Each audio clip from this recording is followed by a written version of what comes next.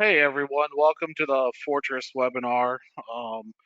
We're just diving into the program, so we have a number of attendees. We're going to give them a minute or so to go ahead and join, and I'm going to try and maybe make the screen a little bit more user-friendly.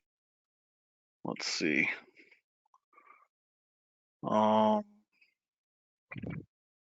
So we're just waiting for everyone to join, and we'll get into it. It's been a while since I gave a presentation that wasn't in front of a live audience, so had the pleasure of meeting some of you at the NABCEP conference a while back. Uh, that was fun. Can't go to SBI now, but nonetheless, the industry continues to grow. Let's see. We'll just give it one more minute, and then we'll go ahead and start. Let's see.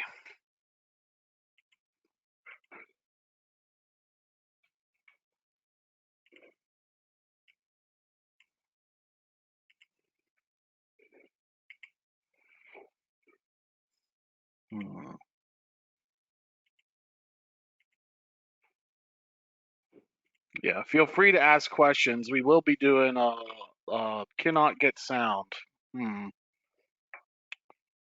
Well, let's take that. Can other people comment about how the sound is on the webinar? I'll look into that. Shows microphone. Let's see what these say. Other people are saying the sound is fine and they can hear me. So I think majority rules on this one. Jerry and Gary, you may need to either take the recording or I don't know, make some last minute adjustments. But okay, so we only have an hour, so we're going to go ahead and dive in to the meat of the program. Welcome, everyone. I'm John Cromer. I'm the Application Engineering Manager for Fortress Power. Uh, we're doing a technical training. This is a little bit different from our NABCEP webinars that we've done in the past. These are going to be a little bit more product focused. And this is going to be a good training if you're just getting started with Fortress batteries, you're an installer, uh, maybe you've installed a project or two, but you want to know if you're prepared for your job site. You want to know if you're getting your designs correct. You want to know more about Fortress Power's product offerings to make sure you're selecting the right battery for the job. Between part one and part two, we're going to cover a wide range of topics. Today's presentation is going to focus more on battery selection and tools and what you can buy from us, and also to a little bit of how to size up the systems and how to talk about our warranty and Fortress Power with your clients so that you can make those battery sales. My background, I started in solar installation back in 2008. Prior to that, I worked in the oil and gas industry as a control systems engineer. I've been a solar contractor. Ended up in Mississippi where there really wasn't that many solar projects going on, and then I learned about Fortress. It was in Philadelphia where I went to college, and I thought it would be a lot of fun to work for a battery manufacturer in this growing market, and away I went. So I've been working at Fortress for over a year now, and if you are calling Fortress technical support, more than likely you're going to get to me, although we have made a number of new hires recently, which has taken a little bit off of my plate, which I enjoy. Fortress is a lithium iron phosphate manufacturer.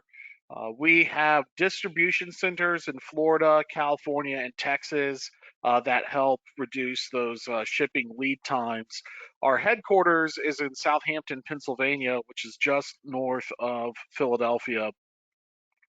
Uh, you can see we have a solar array on our facility. These not seeing the presentation. Let's see. Pause, showing my screen, freeze on. No, we don't want to do that. Can others chime in to see if they're seeing the presentation? Because I have the sharing my screen enabled.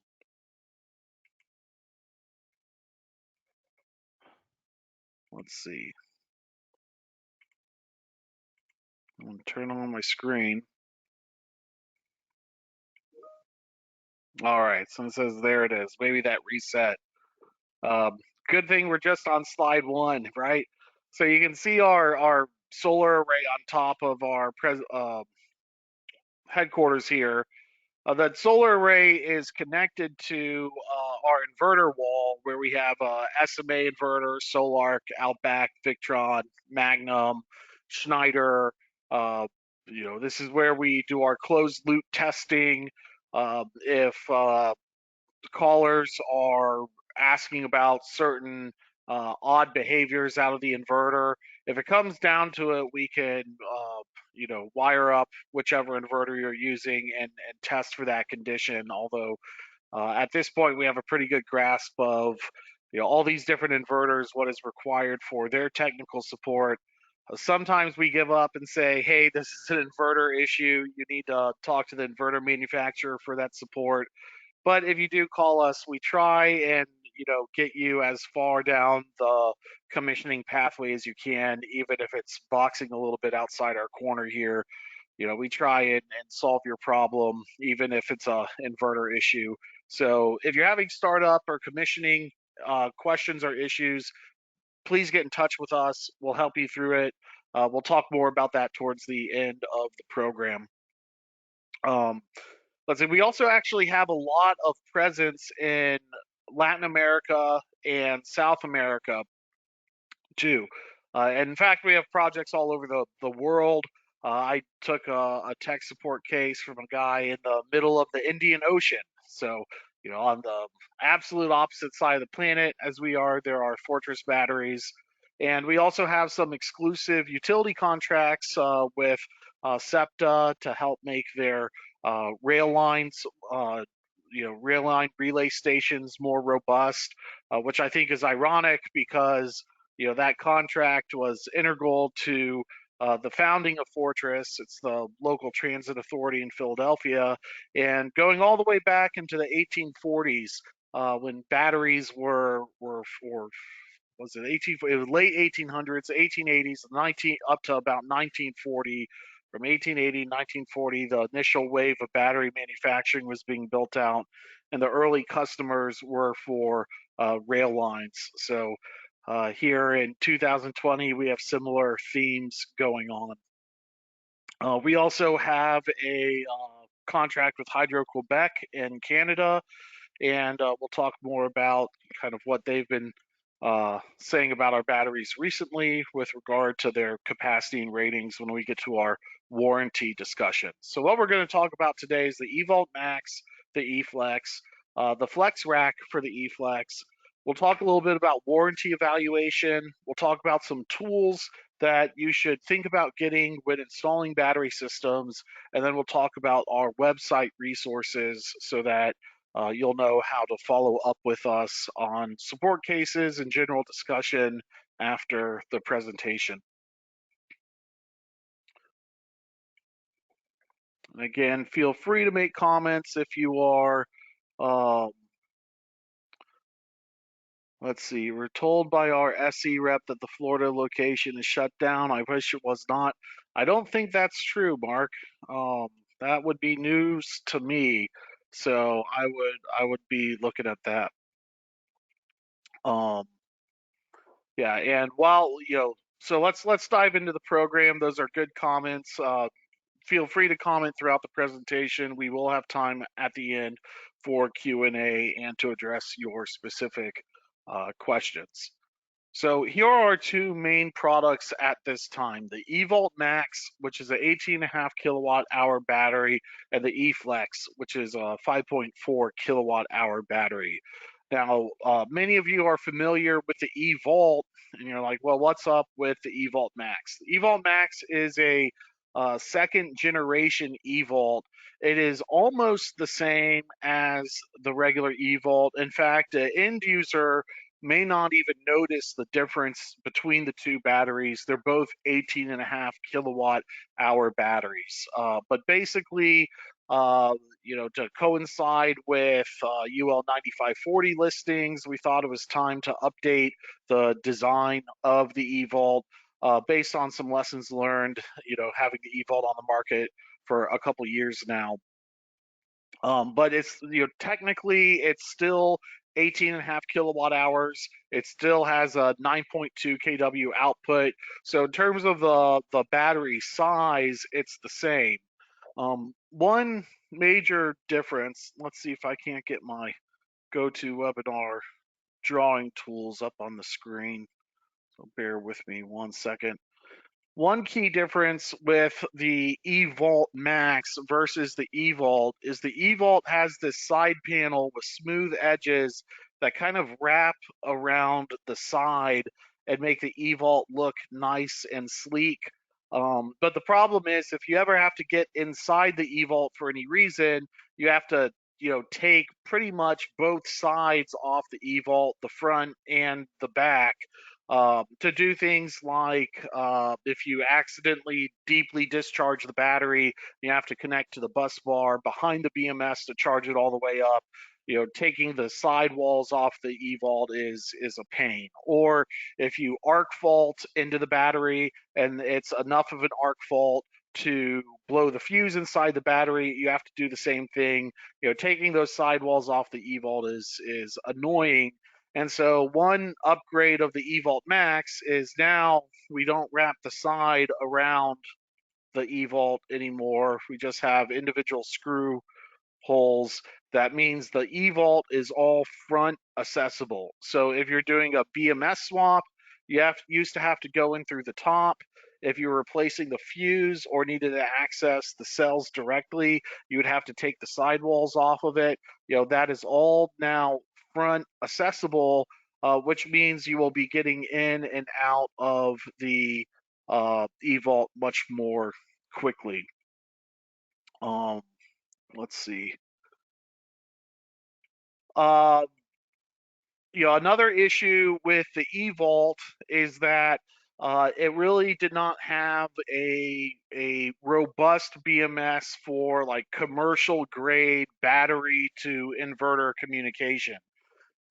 We can do closed loop communication with the eVault to Modbus inverters. It originally was not a feature for the eVault, but we have tried to make it work, and it works with Schneider and it works with Solarc. But there's other battery inverters that use CAN communication, such as Victron and SMA, and we only have one CAN communication circuit on the eVault battery, and that is reserved for the battery to battery communication line. And so in order to get closed loop communication to work on the Sunny Island or on the Victron, and also to get closed loop communication to work with multiple batteries, the eVault BMS can really only do closed loop with Solarc or Schneider up to 2 batteries. Beyond that, you have to run in open loop settings. The BMS itself on the eVault Max is a upgraded BMS. One thing is we substantially reduce the connectors. So if you've ever had to do a BMS swap on the eVault, there's like 13 different wires that plug into it. On the eVault Max, it's 5 connectors total. That makes it very easy to unsnap, remove the BMS, put in a new one, all front accessible. So a BMS swap on the eVault Max can be performed in about 15 minutes. That upgraded BMS also allows for scaling up to 20 units, which means you can actually get 377 kilowatt hours out of a 20 eVault Max installation. So that gets into batteries that are suitable for commercial backup of many small and even mid-sized commercial buildings. Grocery stores, maybe not the entire grocery store, but the refrigerator units, the stuff that's important, you can still back up. Demand management for commercial applications too. This is a fairly cost-effective battery, has been the feedback we've gotten. Sometimes you get into the higher voltage commercial batteries, and while technically, a higher voltage means lower amperage, and lower amperage means, less battery cabling and busing to consider, you also just happen to come with a higher price point for that. Now, the cells inside the eVault Max are a little bit different than the cells inside the eVault. Primarily inside the eVault, there are three shelves of battery cells.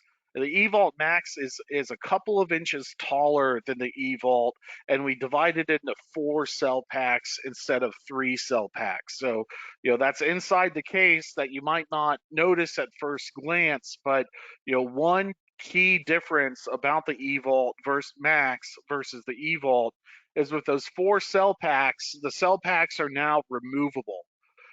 We don't want the end user to remove the cell packs. And honestly, we don't want you on your initial installs to remove the cell packs. So if you ever get into your head that you want to remove the cell packs from the eVault to get the eVault into a basement or to get it up and down the stairs, we want you to contact technical support so that we know that's what you're doing. We don't want you to just rush into it, but it is possible to remove the cell packs, and it's relatively easy to do so with the eVault Max compared to the eVault. What I like about that is in the rare event that you have imbalanced cells, rather than having to RMA the unit and take the unit back and balance the cells, ship you out a new unit is our normal MO for that instance. With an eVault Max, we can actually RMA just the cell pack itself. You don't have to uninstall the eVault Max and wait for a new unit. You can just take the old cell pack out, put the new cell pack in. And what that means is when you install an eVault Max, the BMS is replaceable with ease. The fuse is replaceable with ease. The bus bars are accessible with ease. There's fewer connectors. The cells are removable. That eVault Max is going to stay there for the life of the project, for the life of the home, and it will never have to be returned for any reason whatsoever.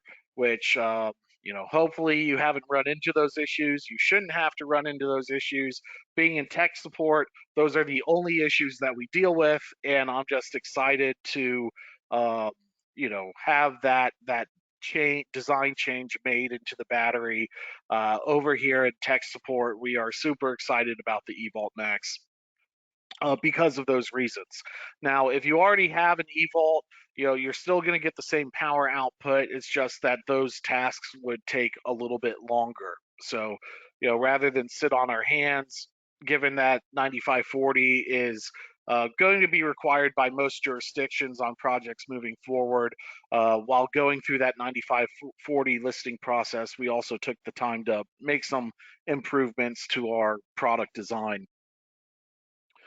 Uh, Getting back to that commercial battery pack, the way that 3-phase 48-volt commercial battery inverters play out is that you would normally get, with your Schneider and Solarc and Outback, up to 90 kW of battery output. So, going with 90 kW and maybe, 9 eVault Maxes is your minimum battery size for that. That gets you, around 170 kilowatt hours, 180 kilowatt hours with a 90 kW output. Or if you have a commercial business that has a, 4 or 5 hour time of use metering rate structure, doing a 90 kW 208 3-phase application with 20 eVault Maxes is a good fit for that, for zero outflow commercial projects or energy arbitrage energy commercial projects, or the combination of doing some backup storage on site but having the battery pay for itself by trading the cheaper solar daytime rates with the more expensive evening rates, particularly out in California. If you're not installing the United States, Victron can scale up even larger than 90 kW. You can actually get up to 180 kW. So I'm pretty excited about that. We have seen some interest in that for South America and Central America, saying, "Hey, let's use Victron, and we can make our commercial battery banks even more powerful." And absolutely, you can. The thing that holds Victron back in the United States is they don't really go after the UL listing for it, and some of their voltages are more in tune for other countries than the United States. But we do have closed loop communication with Victron. It's the most recent closed loop inverter that we've added. So for you Victron fans out there, you will welcome that news. The eVault Max case itself has a little bit more weatherproofing than the original eVault. It is still an indoor battery, but a little bit tightened up. It still has wheels and floor supports. The floor supports is what the eVault is intended to sit on. The wheels just make it easier to get this 480-pound battery, into place. We have had a little bit of pushback from the SGIP program out in California, saying like, "Hey, our program's for stationary batteries, and your batteries has wheels on it." You might find some jurisdictions in California making you take the wheels off of the battery so that you can say, "Yes, indeed, this is a stationary battery." I wouldn't do that preemptively. I would only do that if they make you do it. But it does come with a little wall stabilization bracket. This one actually now goes on the top of it, to on both sides, just to keep that eVault Max station steady in your earthquake zones. Some additional features of the eVault Max is we have a data logger that's just a USB stick that goes in the top of the eVault Max. For the time being, keep that USB stick just in the top chamber but not plugged in. We have to do a firmware update for the data logger to remain in permanently. If you're doing commercial installs with parallel eVault Maxes, don't leave the data logger plugged in full time either. When we do our firmware update at the end of the month for eVault Maxes that are residential, just a couple of eVault Maxes, you can leave that data logger plugged in permanently. The idea is that it's a USB stick. If the customer is having some issue that needs to be diagnosed, they can plug the USB stick into the top of the eVault in this top chamber, and it records like 5-second granular system data to that file. They can email us the CSV file. We can analyze it to see what's going on from inside the battery. I mean, sometimes charge controllers push more voltage than what they should. Sometimes that causes the inverters to throw system errors. That 5-second granular data is very useful. And while we don't require an internet connection on the eVault Max or the eFlex, sometimes you want very granular data to figure out what's going on. That USB stick comes with the unit. It still includes the disconnect breaker in this top channel, so there is a breaker for turning the battery on and off in addition to the push button. The lid is no longer screwed on. It's a hinged lid that comes out the back of the eVault Max. Now, some installers have said, "Well, wait a minute, with this hinged lid and the fact that it's a little bit taller than the regular eVault, how is that going to work on the wall? Because I'd like to put the inverter next to it and a trough above it." Um, the stuff to access, the data logger, the communication ports on the eVault Max are all towards the front of the unit and not the back. So, if this hinge lid goes up, even at a 45-degree angle, you can still fit an 8-inch trough on the wall behind it. If you are in a very tight space, however, the hinges can actually be removed from the eVault during installation, and the lid will still fit flat in place and has a little handle on it so you can take the lid off and slide it to the side there. And so, you really only need about 2 inches of clearance above the E-vault in a tight spot in order to take the lid off and slide it to the side. And then, as long as half the depth of the E-vault isn't obstructed towards the front, everything that you need is accessible. So yes, you can still run like an 8-inch trough on the wall behind the E-vault Max, and it'll fit appropriately. So let's see. We're gonna show some pictures, and we're gonna talk a little bit more about this. But just to introduce the eFlex battery, the eFlex is a more rugged battery than the eVault, and it's also smaller. It's 5.4 kilowatt hours instead of 18.5. I have a buddy who lived on a boat for a year, and I told him I work with Fortress. He's already familiar with Fortress because it's popular in marina applications, mainly because it's a sealed battery. And if you live right on the ocean, if you live in humid areas as well as dusty areas, that can get into the battery management system, the battery cells, and be a leading cause of cell degradation, um, dust and humidity, in addition to temperature. So having the case of the battery completely sealed means that water can't get into the battery. And we even come the battery to battery communication cables are even a little bit ruggedized so that they keep water out of that Ethernet port itself. The case of the eFlex, we'll see this on the eFlex slide, is upgraded. So we'll get that in a minute. There are some accessories to be aware of. There's wall mount brackets, which are not included with the eFlex. They're bought as an additional accessory. They're not that expensive. We have a flex rack, which is a rack mount, like a server rack cabinet for the eFlexes. We'll be spending some time on that. And then we'll also talk about the flex wall.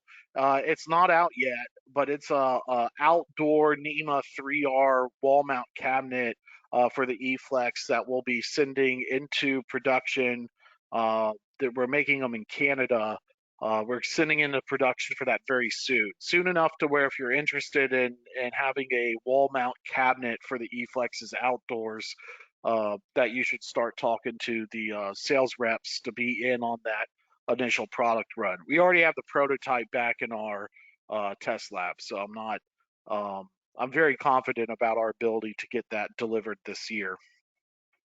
Um, Getting back to the eVault Max, the ease of installation is essentially that it's one battery. I know that there's another company out there with an 18 kilowatt hour battery that says theirs is the biggest battery on the market. Well, our battery is UL 9540 and it's 18 and a half kilowatt hours. I mean, it's really just designed so that it can be wheeled into place.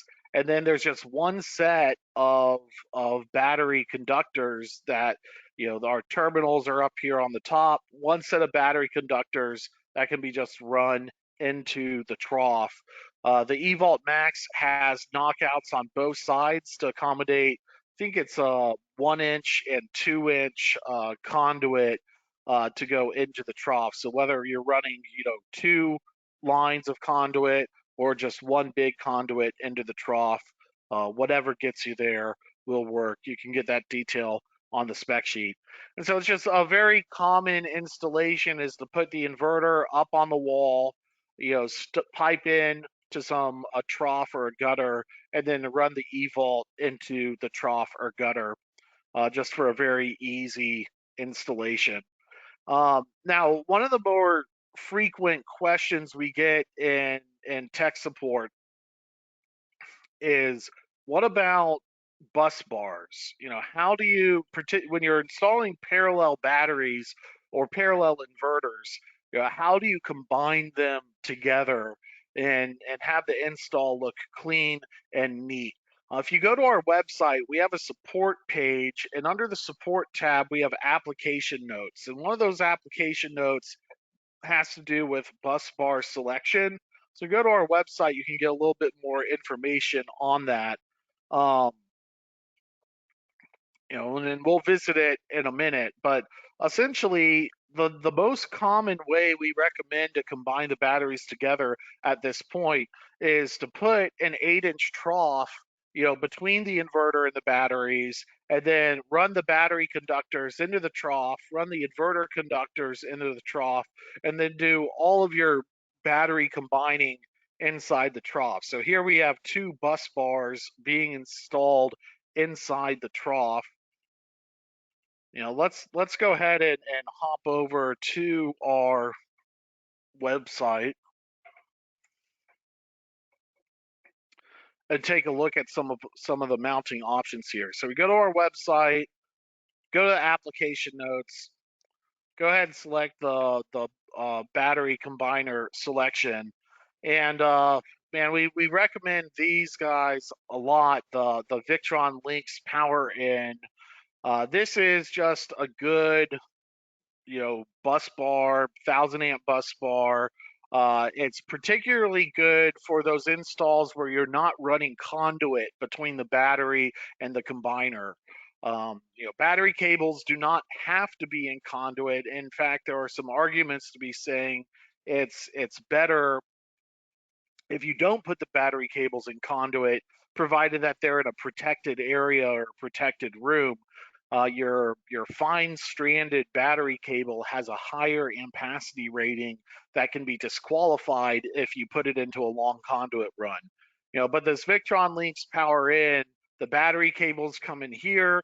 You could put the battery inverter conductors on the other side, or land up here, or you could use this bit to actually gang up 2 of these Victron Lynx Power In systems together, so you could have 4 batteries and 4 inverters, or just use one, have 2 batteries, 2 inverters. Um, I really like this product. It is one of the most cost-effective bus bars on the market. Another option, the that's good if you want an external bus bar and you're not using conduit. Uh, we recommend Blue Sea bus bars a lot too. Um, let's just go through their bus bar selecting tool. You can say, okay, well, what if I'm just doing, a couple E-flexes and one 8 or 9 kW battery inverter. I only need a 250 amp bus bar. I only need, 4 studs, and, hey, here's a 250 amp bus bar. The retail price of this bus bar is $60, so it's very affordable. What's interesting about bus bars is they're not really UL listed. And, we could probably have a 1-hour class on bus bars. We don't have time for that today. When a bus bar is listed, it's typically not the actual bus bar that's listed. It's like the base of the bus bar, the standoff of the bus bar. A bus bar can be, a block of metal that, you perform a UL calculation on, or you get out your temperature gun and demonstrate to the inspector that at full capacity the temperature rise is still kept within spec on the bus bar. So I wouldn't be too concerned if you look at, say, the Victron Lynx Power In and you say, oh, it's not UL listed. There are insulated copper bus bars that are used for grounding primarily, that would still make good bus bars for combining batteries together, provided you know the UL calculations. But here, we have a Blue Sea system, bus bar. It does have a UL rating for its base material. It's rated for 48 volts DC. It has, 4 stud terminals. It's rated for the amperage that we need, and it's only $60. So, essentially, you put a bus bar inside the trough, do all your combining inside the trough, and then that keeps the general project aesthetic, nice and tidy, where all the combining is done in that trough that you still need to get your power cables in and out of the inverters and to the batteries. Let's see. Some other information on the eFlex battery. We talked about this case. Um, the eFlex battery case is very different from other battery cases. It is, it's extruded aluminum, but it's thick aluminum. It's about a quarter inch thick of extruded aluminum, and we see that it's kind of ridged as you go across the eFlex battery, all the way across. So, in some cases, this eFlex case could even take a bullet for you. It's that robust. Um, that additional cost that goes into the eFlex to make it ruggedized, it acts as thermal stability for the battery. It makes the heat across the battery very uniform, and these ridges also help with heat dissipation out of the battery to keep the cell temperature, down. And so, the eFlex battery is actually, a very top shelf, high quality battery. Uh, our Canadian utility company just came back to us and they said, we were doing our own discharge test on the eFlex batteries, and we have a bank of 10 of them, and they're 105 amp hours each, but we were discharging it over about a 4-hour period instead of a 2-hour period, and we were getting about 1,300 amp hours out of the battery when the listing on it is only for, would only be for 1,050 with 10 of them. And that's just kind of Fortress's philosophy, is to be we're conservative with our warranty. We're conservative with our specs. We're trying to, undersell the battery rating and over deliver, not the other way around. Um, you know, we have the only thing about the eFlex that could really throw you is, even though it's a rugged outdoor battery, the battery terminals still stick out the top of the battery, and these battery terminals still need to be protected. Uh, we have these kind of flexible terminal cap covers that fit over the terminals that serve for, accidental contact against, shock or shock hazards. But if you are truly putting these batteries outside, you still need to do it in a manner that these terminals are protected against exposure to rain. So there's a couple of different ways you can do that. Um, we are working on a screw-in cap for the conductors, but that involves making a whole new injection mold for the E-Flex. So, that will come in the future. Um, but for now, when you're doing your outdoor installations, you have to keep rainfall in mind. Despite the case of the battery being sealed, these terminals themselves still need to be kept out of the rain.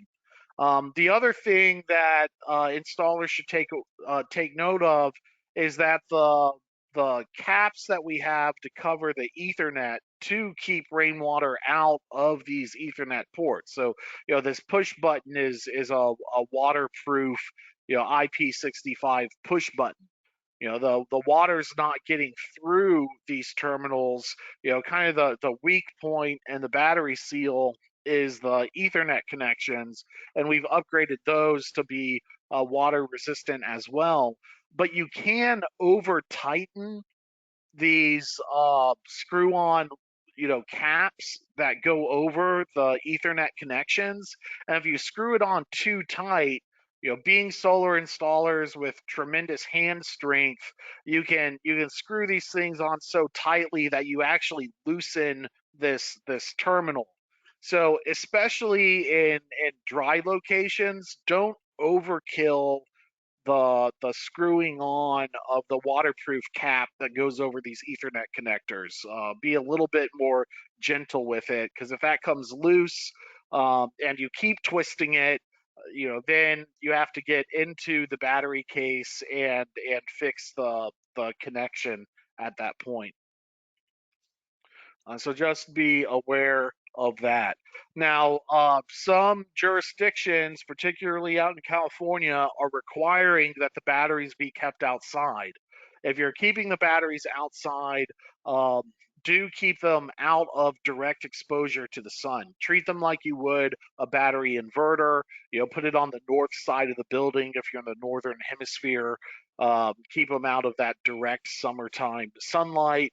You also need to figure out a way to keep the batteries warm in winter. More on that later. But what I do want to point out, this picture here is actually from our website. If you're part of our installer dealer program, you can go to dealers and dealer resources. And we have a section within dealer resources for project photos so that you can look at project photos and kind of get an idea of how you would do your own project planning. And it can also assist, discussion. If you, say, hey, what do you think about this picture? We can tell you, how to improve on that design. More on that in a few minutes. Looking at the some other things to know, the wall mount kit. Uh, this is a separately purchased accessory. It's not that expensive, but it's not included, so don't get thrown off by that. Basically, the wall mount kit, it has two mounting brackets. There has a set of hooks that hook into the mounting bracket. The hooks only go to the top bracket. The bottom bracket just acts as a spacer to keep the bottom of the E-Flex off of the wall. We do have an installation video on our YouTube page, so let's just go ahead and take a look at that. The E-Flex battery has this T slot on the back of the battery. That T slot is designed for an M6 T-bolt. Solar installers know what a T-bolt is. They use it in their solar racking products. Um, general contractors might know them as hammer bolts or anchor bolts, but an M6 T-bolt can fit into the back of this thing. In fact, we recently sold out of our wall mount kits, and so the installer said, "Well, what do we do?" We say, "Well, buy some T-bolts. Buy some square tubing with holes in it, and then just fashion your own wall mount bracket out of square tubing and T-bolts. These items you can get between your solar distributor and Home Depot. So you can kind of use this side channel creatively. That actually helps with the spacing of the wall mount bracket to be not so rigid. And then you can additionally, run the hooks in a 90-degree direction, and that means you can mount the E-Flex, upside down, right side up, and also facing left.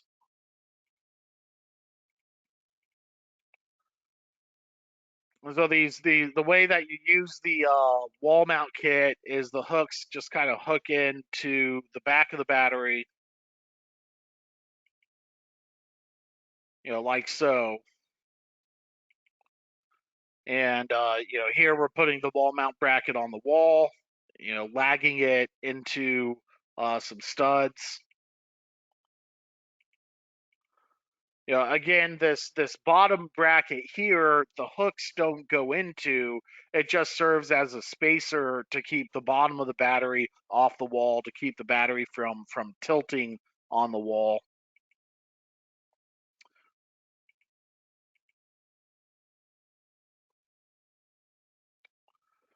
And then the hooks from the battery just kind of, anchor the battery in place like so. And so again, that'll accommodate the battery upside down, right side up, and also facing left. If you forget that left facing issue, it's called out in the eVault installation manual, or sorry, eFlex installation manual. Okay, let's get back into our presentation.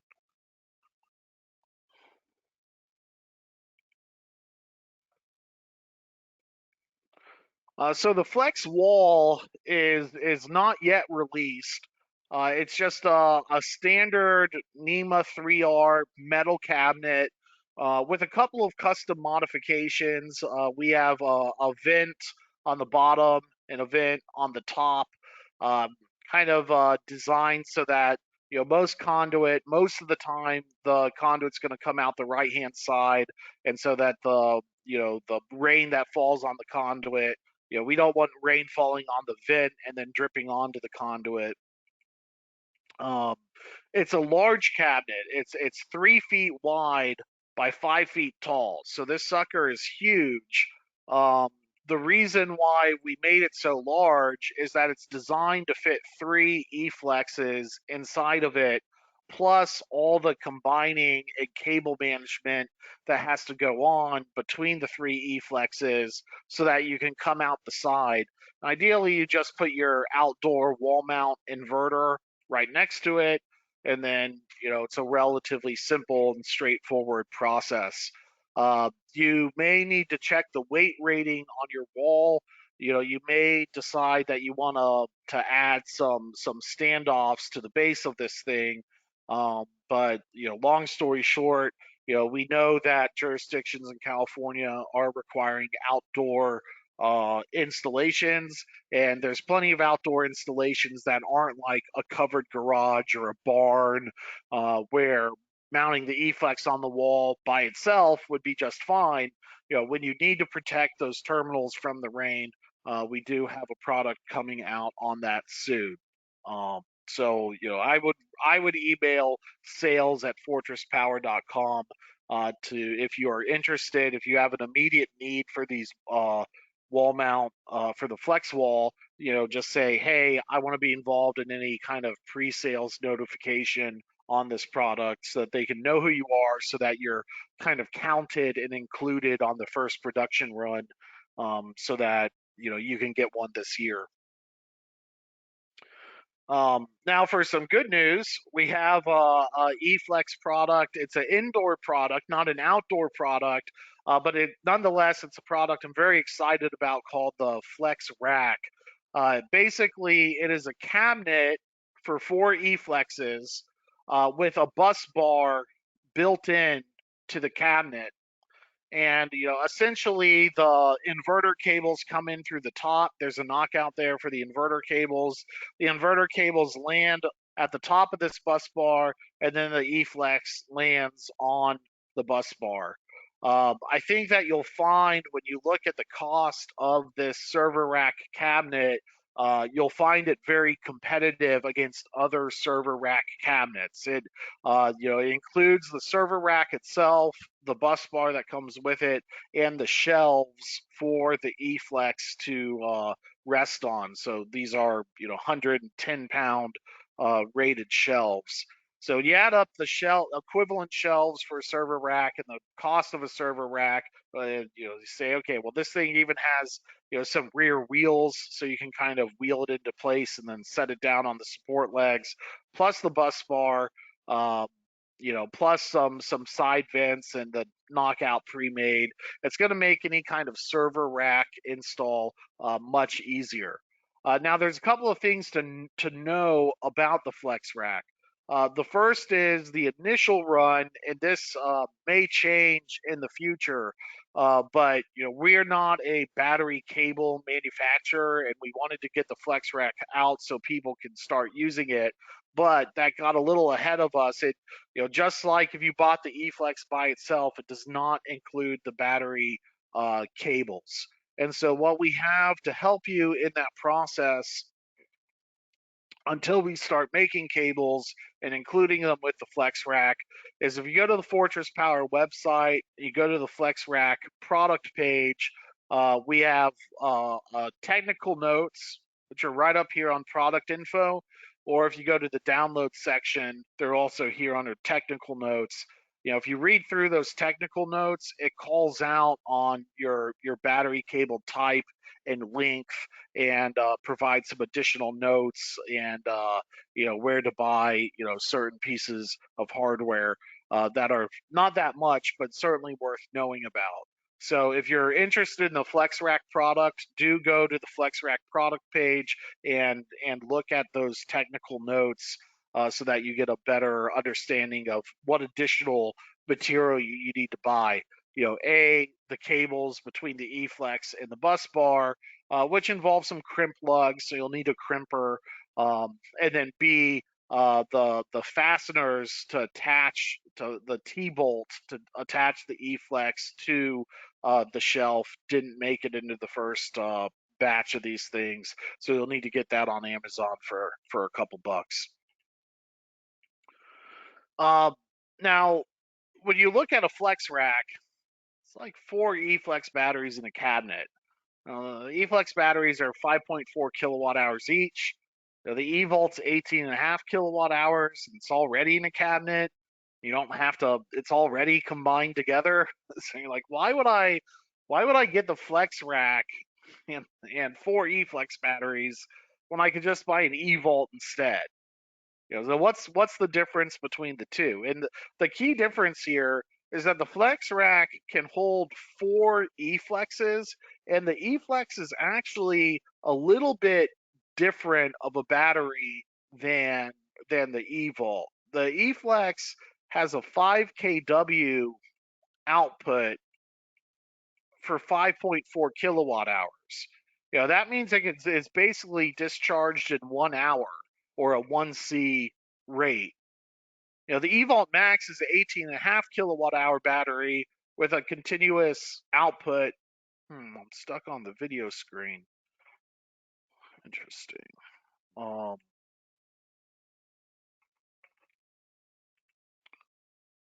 see here.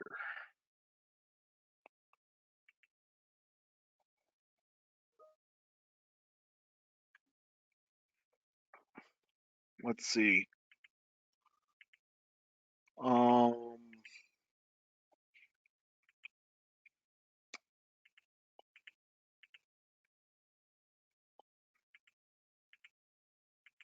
Where am I going?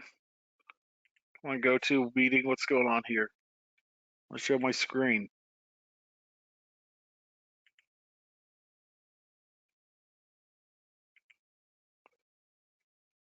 That should get me back.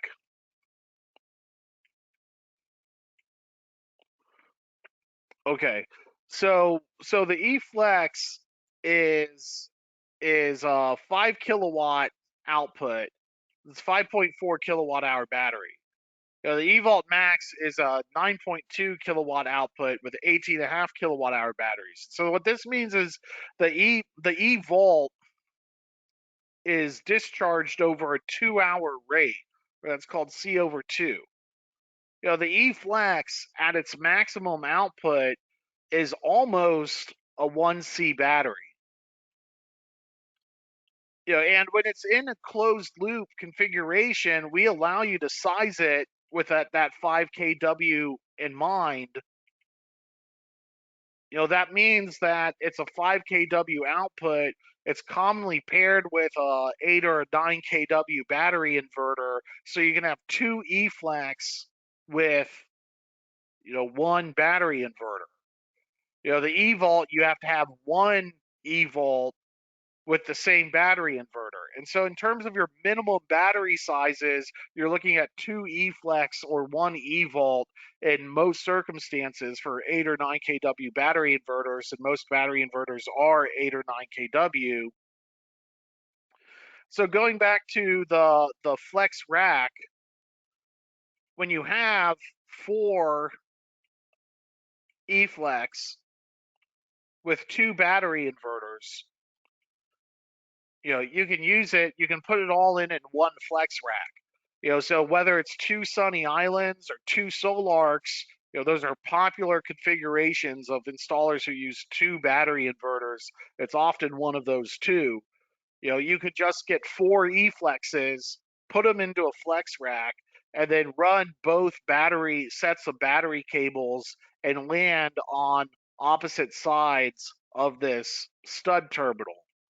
And so you just take one battery inverter and another battery inverter, run them straight into the flex rack, put 4 E-Flexes in the flex rack, make your battery cables, bolt it on, and that is a great, strong residential whole house system.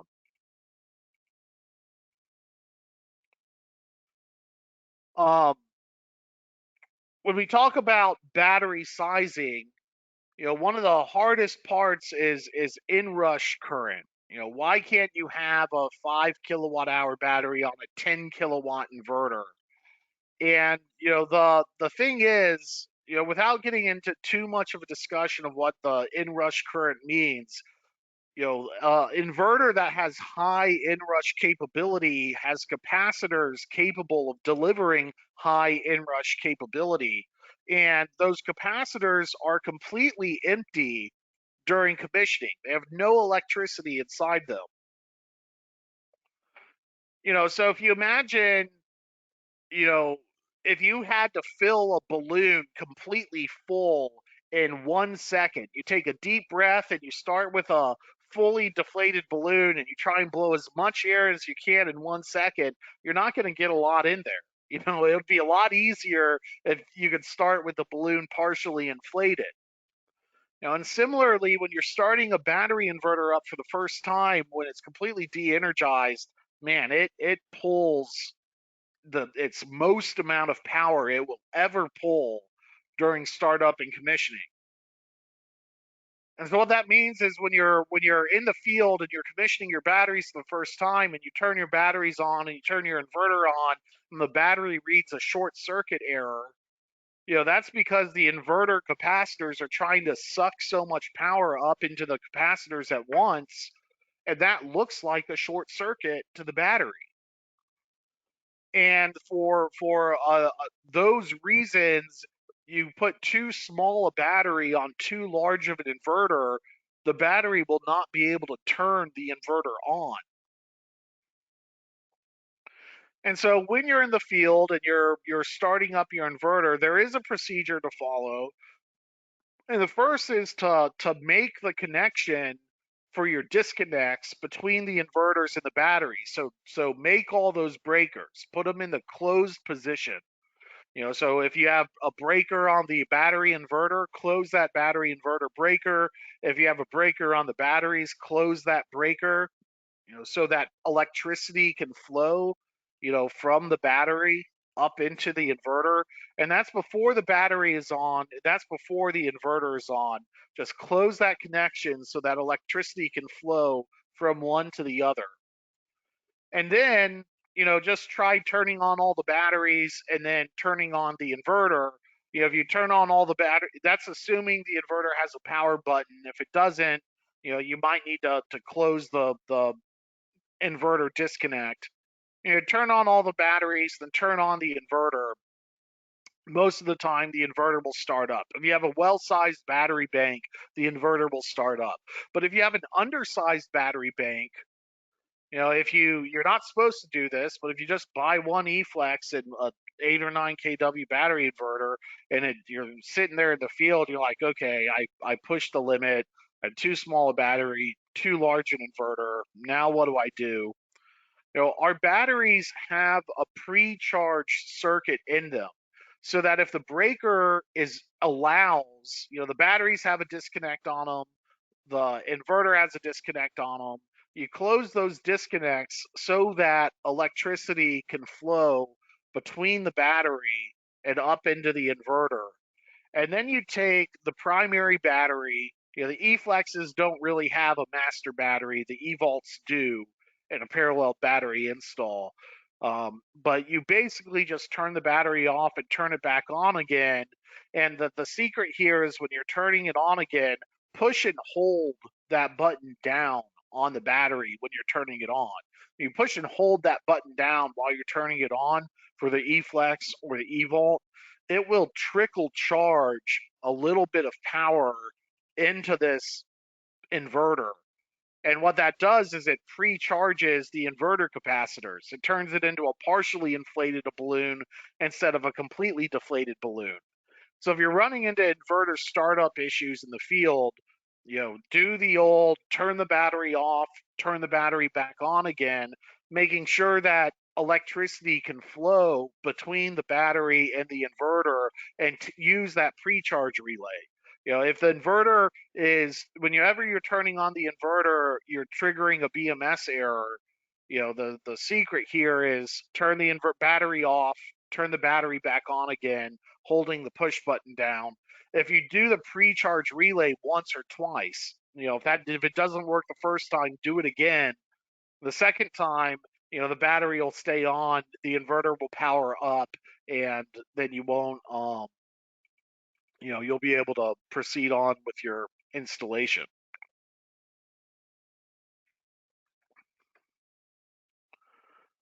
So if you didn't get to see the picture, the flex rack here, um, we have this bus bar down the side.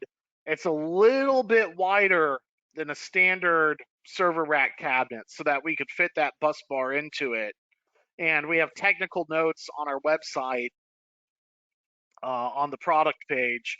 Just go to the flex rack product page, under products, flex rack, and either here under product info technical notes, or really if you just scroll down to the download section, flex rack technical notes, we have information for you on the battery cabling and other hardware to buy to make these battery cables. And again, we're working on getting the battery cables made and included, but on the first production run, the flex rack got completed a little bit faster than our internal process for making these battery cables.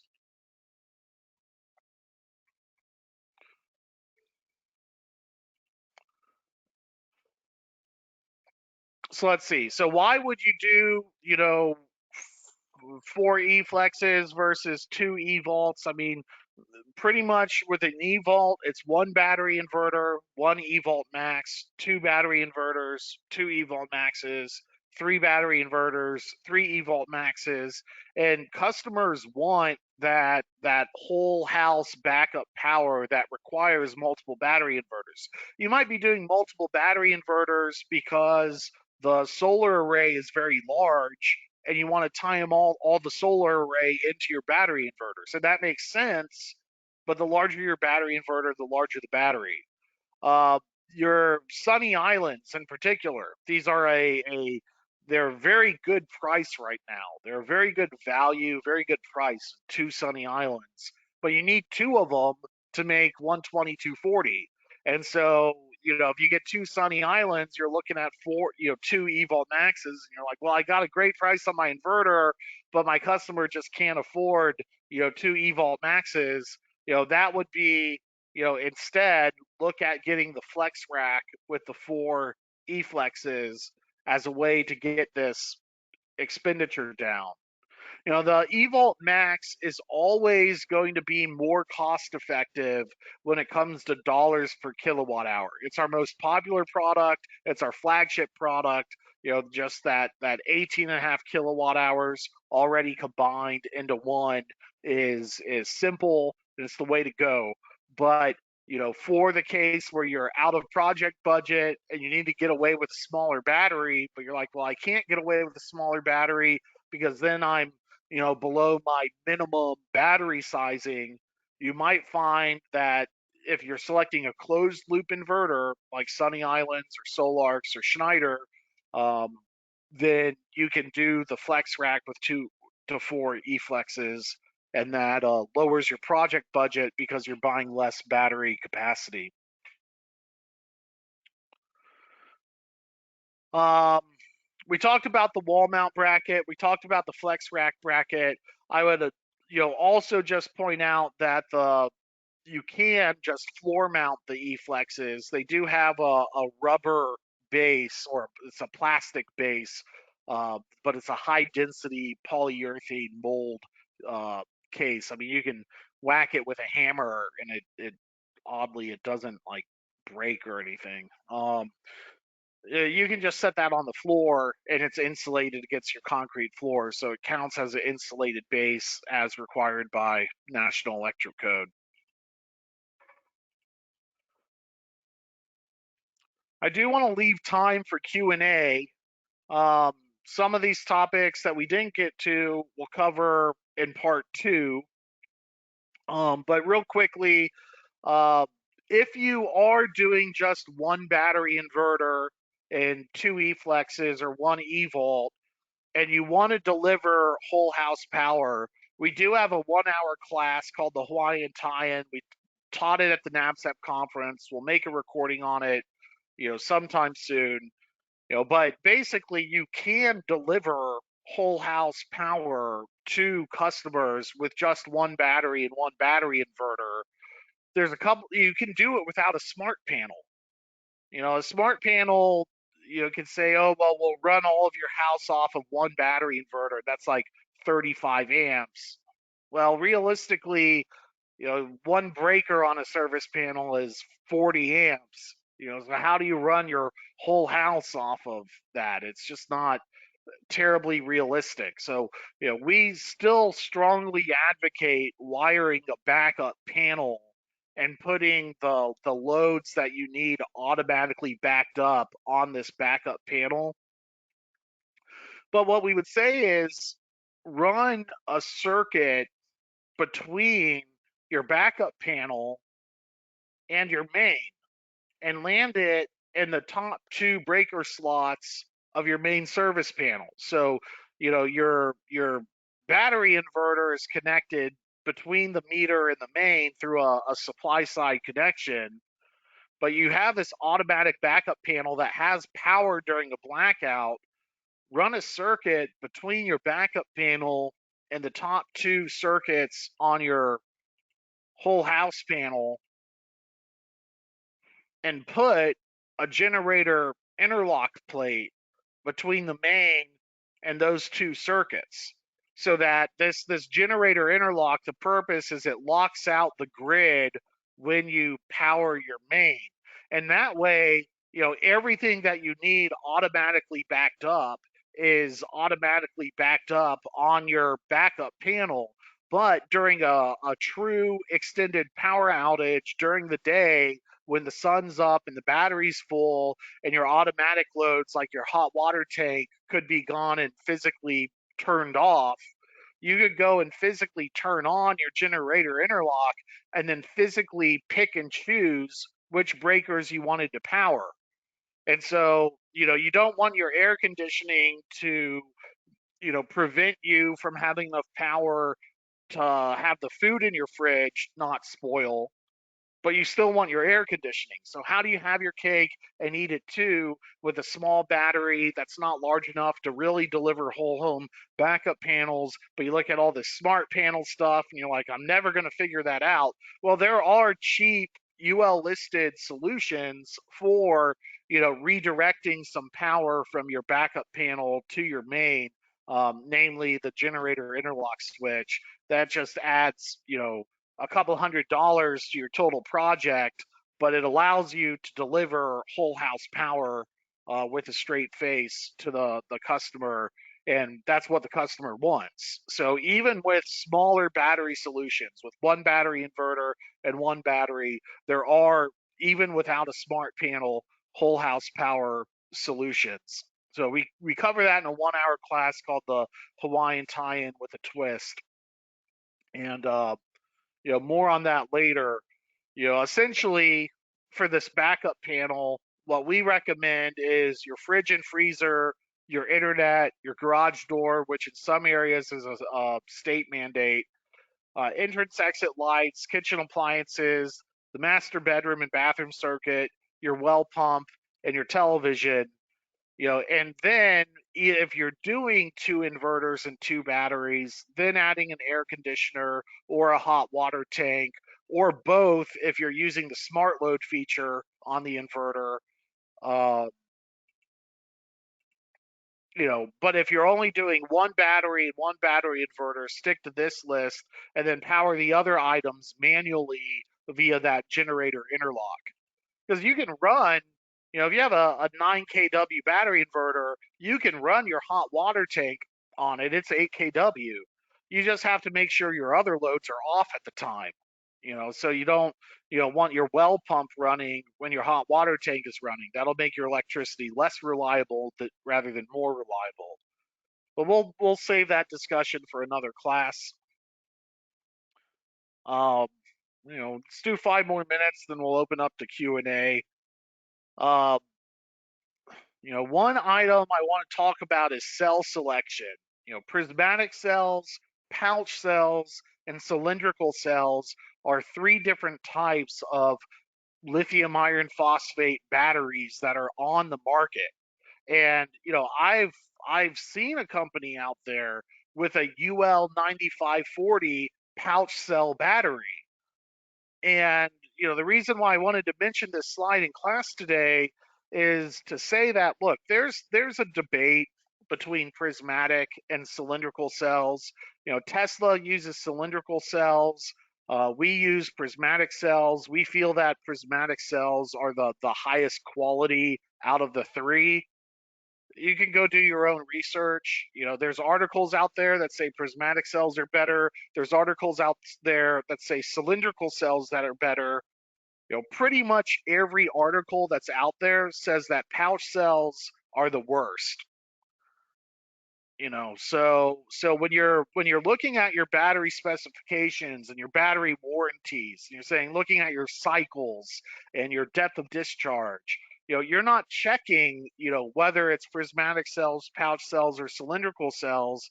And then so if you get a battery manufacturer out there that's pricing a battery from a brand you may never have heard of before, and their warranty is so much better than everyone else's, and their pricing is so much better than everyone else's, just check, see if they have warranty paperwork, see if they tell you, is it a prismatic cell, pouch cell, or cylindrical. Prismatic is a fancy word to say rectangular. I think that cylindrical cells are a little bit cheaper, and they're a little bit more universal in the sense that someone who makes a cylindrical cell is going to put it into a lot of different appliances and applications, whereas the prismatic cells are more made for one particular product. And so that is one difference between prismatic and cylindrical. But prismatic and cylindrical are much more closer together rather than further apart, especially relative to pouch cells. So, that's the one thing I want you to learn out of this slide today, is that pouch cells are not as stable, not as structural. Maybe they make good server rack batteries for big giant server farms that are, throwing air conditioning at them and stable electric loads. When we talk about home batteries that are being cycled on a daily basis up and down and subject to extreme environments, the pouch cells are the ones that fail more often than the others. So when you're looking at a warranty discussion with a customer, you're going to have batteries that are marketed as 100% depth of discharge. And then you'll see other batteries that are marketed as 80% depth of discharge. The truth of the matter is, a lithium battery can be discharged down to 100%.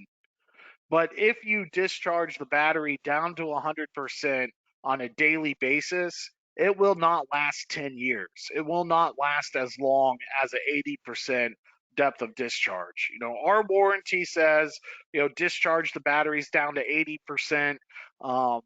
But we do allow 100% depth of discharge infrequently. On a day-to-day basis, when you're doing time of use metering, have the battery go down to 20% state of charge and then back up again. When the power goes out, the battery will go down to 0% and then back up again. As long as your power is only going out a few times a year, that's not going to void your warranty. It's just if you're designing an application for demand management for daily use, that's when the 80% becomes a little bit more important rather than 100% versus 80%. So don't get too confused by, I think like one manufacturer out there says, oh, we do 100% depth of discharge and you have unlimited cycles over 10 years. Another says we do this many cycles or that many cycles. The cycle issue is also something you have to take with a little bit of a grain of salt, because you compare, say, lithium cobalt cycles to lithium iron phosphate cycles, and it's very apparent that lithium iron phosphate has more cycles than lithium cobalt. It's very apparent that at the end of 10 years, a lithium cobalt battery is at the end of its life, whereas there's life still remaining on the lithium iron phosphate battery. But whether that's a 6,000 cycle warranty or 7,000 cycle warranty or 10,000 cycle warranty, you're not going to be cycling these batteries more than, twice a day over those 10 years. And the warranty duration is the most important part here, because if it's a 10,000 cycle warranty for 10 years or a 6,000 cycle warranty for 10 years, it's still a 10-year warranty. And the real issue is, how responsive is the manufacturer for servicing that warranty? When you call technical support, can you get someone on the phone? If you do have a BMS blown or a fuse that blows, are you going to be shipped a spare part? And then there's the outside of warranty discussions too. If things go wrong outside of warranty, how hard is the manufacturer able to contact?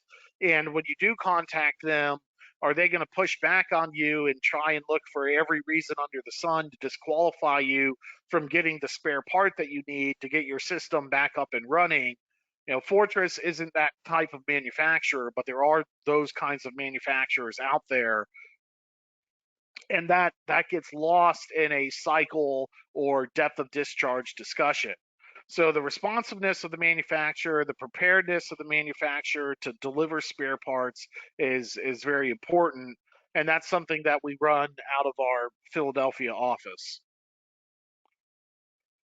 Um, as far as tools go, here's a list of tools that you should be aware of that you may need for battery projects as well as our battery products. The first is a firmware update tool. This is a physical device that you plug into the batteries to get advanced battery analytics and to update the battery firmware. We want all of our installers to have this tool. If you don't have one, go to our support page and request one from us, and we'll mail it to you. It's just, we recently improved the state of charge tracking on the eVault to make the state of charge tracker more accurate. Uh, with the eVault Max, we had to add the Sunny Island closed loop into it. So to get that to work with the Sunny Island or the Victron closed loop, you need to do a firmware update. The eFlex, now the firmware updates have slowed down, but when it first came out, we tweaked the state of charge algorithm a good bit. So this is a tool for installers. We are about to start selling extra tools so that you can sell them to your customers. So stay tuned for that update. Again, that's something for our dealer network. So if you haven't filled out our installer dealer form, you're going to want to do that. The eVault Classic, so the original eVault, also has a Modbus tool. It's not an important enough tool for end users, but if you've installed a lot of eVault Classics in the past, you'll want to ask us about the Modbus tool, because it's useful for reading cell level data and error codes. So the Modbus tool is something that is useful if you've installed, I'd say if you've installed 20 eVaults classics or more, you should have both the firmware update tool and the Modbus tool. Now, these are things that we can help you get. We can loan them to you as needed as well. Um, we don't want you, what we want you to be aware of is that they exist. We don't want you to have an error when you get to site and you don't have this firmware update tool that can be used to solve the problem. We don't have like a Fortress battery charger, but external 48-volt charger plus a portable generator can be useful if the batteries are deeply discharged. Once the batteries go below about 40 volts, it's a 48-volt battery. It's not impossible uh, for them to uh, be on and not be charged for one reason or the other, and for their voltage to drop. And if that problem goes unaddressed for a long period of time, yeah, the battery hits its low battery cutout voltage, but it remains on so that when the sun comes back up, it can be recharged again. But if it's not recharged again, it continues to discharge. So once the batteries go below about 40 volts, they start to not have enough power to be able to boot up the inverter so that they can be recharged. There's only one inverter system that I know of, which is Victron, that lets you always keep the 48-volt bus from the solar array energized. And so how do you fix a deep discharged battery? Well, you open it up, you connect to the bus bar, you charge it up with a 48-volt charger. Now, these things cost about $80 on Amazon, and we're going to show you a resource you can go to for model numbers and recommendations in just a minute. You may have to crimp your battery cables, and battery cables typically will go up to 4/0 coming out of the inverter. So you might want a crimping tool that goes up to 4/0. I strongly recommend a hydraulic crimping tool for that. You may want a hydraulic punch kit for making custom knockouts. We allow you to make custom knockouts in our eVault case, as well as the flex rack and flex wall. Um, you may need an RJ45 crimper to crimp Ethernet connections. So on our Solarc inverters, they use pins 3 and 5 to process the information that comes out of the eVault pins 7 and 8. And so you have to crimp your own Ethernet cable to do that. Well, not anymore. We've finally gotten some custom Solarc communication cables made. Just remember, this is not an issue that we caused. This is an issue that results from using an Ethernet port for your battery communication instead of a traditional single port for your RJ485A and B wires. Um, and so, you have to have this crossed over. We do have Solar communication cables available. Um, you are not able to um, they're not sent as part of the package, but you can buy them from us. They're like $15 each. So if you're interested in that, right now we're selling them directly. Only one of our distributors has placed an order for them so far, so they're not well distributed. Until they start getting better distributed, just drop us a support ticket note, and then you can buy them from us directly. Lastly, we already talked about the flex rack cables and fasteners. So we're just going to go to the website to show you the rest of these resources. What you should be aware of is that we have a support ticket system now. If you're ever having a site issue, you're still welcome to email us at techsupport@fortresspower.com. You're still welcome to call us. But what we would like you to do is create a support ticket. You put in your name, your last name, your role, what battery it applies to, and what the support ticket is. This just lets us have our team of support technicians be able to pick up the case where someone left off. It also is useful in our shipping software. It just makes the process go a lot faster. So if you're a Fortress Power installer and you want one of our battery firmware update tools, you would go fill out a support ticket and then put in your street address, and that makes it really fast for us to get one out to you. If you're a customer or an end user, you can use the support ticket process as well. If you have questions about front end design, you can use the support ticket as well. There are cases where the customer calls you and they say, "Hey, I'm having an issue with my battery," that don't require a site visit to fix. It may be just that the settings for the customer are not correct, or it may be that um, the batteries don't have the most recent firmware. The batteries have gotten stuck on their percentage state of charge tracker. It's very common for batteries that are kept at 100% full for their state of charge tracker to get off. And it just might be a matter of, you know, having the inverter run off the battery for a minute or two and then setting it back up to being 100% full to reset the battery SOC at this point. And, you don't need to visit site to do that. So creating a support ticket helps us track your issue, and if you can fill it out before you get to site, you might save yourself a site visit with that. We do a lot of TeamViewer, and so for your firmware updates, we do TeamViewer. You can schedule TeamViewer sessions with us in advance so that we can set up the firmware update tool on your computer, so that we don't have to do that when you get into the field. So, a little bit of a preemptive tech support session can help you save some time. Last but not least, we have a Discord chat group. Um, the invite link is here. You click the invite link, and then you get prompted to set up a Discord account. Um, you don't have to use Discord, but as you can see, our support technicians are logged in, and customers can ask us questions, and we kind of respond to them, in the context of a chat room. That can be very useful for uh, designers who are working on a design and they just want to ask a few design questions where an email chain becomes unwieldy. It can be useful, in the field when you don't have very good cell phone access to have a little bit of a data plan.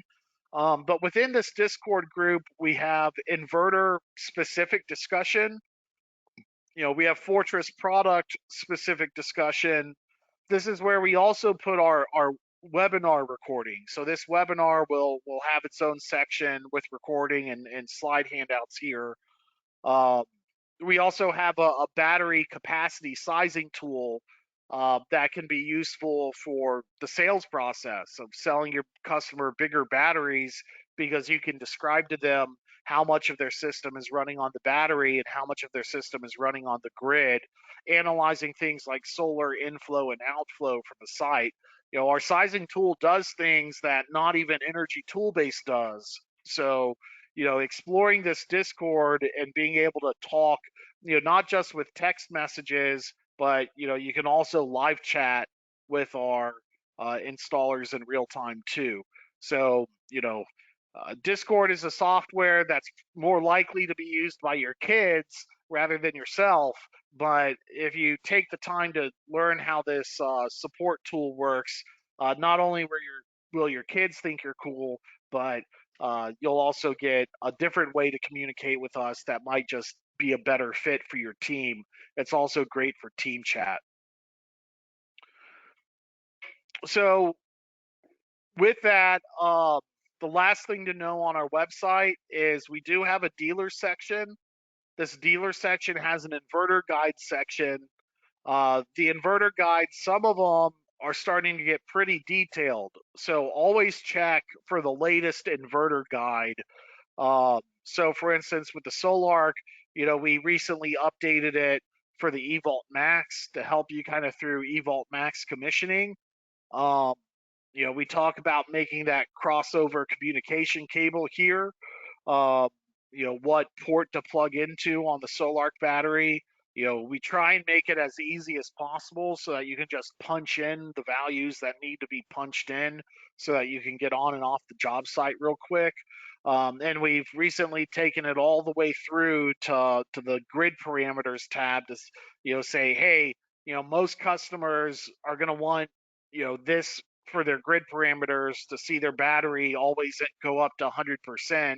And so, if you're trying to get on and off the job site, throw this into grid parameters and then, uh, make sure with that online monitoring you can always go back and fix it. We also recently added a chart that helps the end user kind of convert um, the voltage of the battery into state of charge percentages, as well as some troubleshooting procedures. So we have different inverter guides for different products. These inverter guides will tell you how to communicate, in closed loop between the battery and the manufacturer's communication system.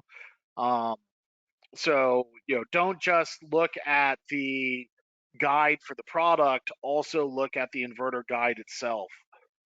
Finally, the products themselves have their individual product pages. So on the individual product pages, under the download section, that's where you can get the product data sheet, the product manual, a link to the inverter guides, warranty information, um, the UL 9540 certificate some jurisdictions require.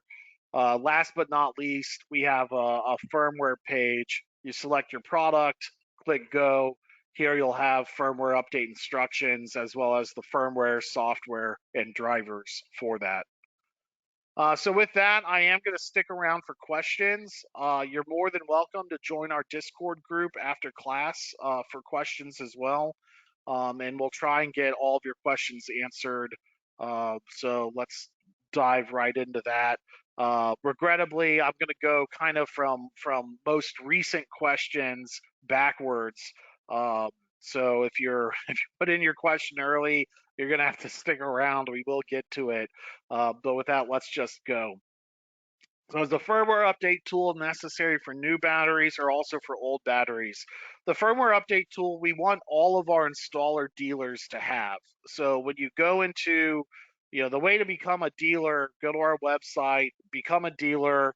It's an easy system. You just fill out the dealer application and submit it.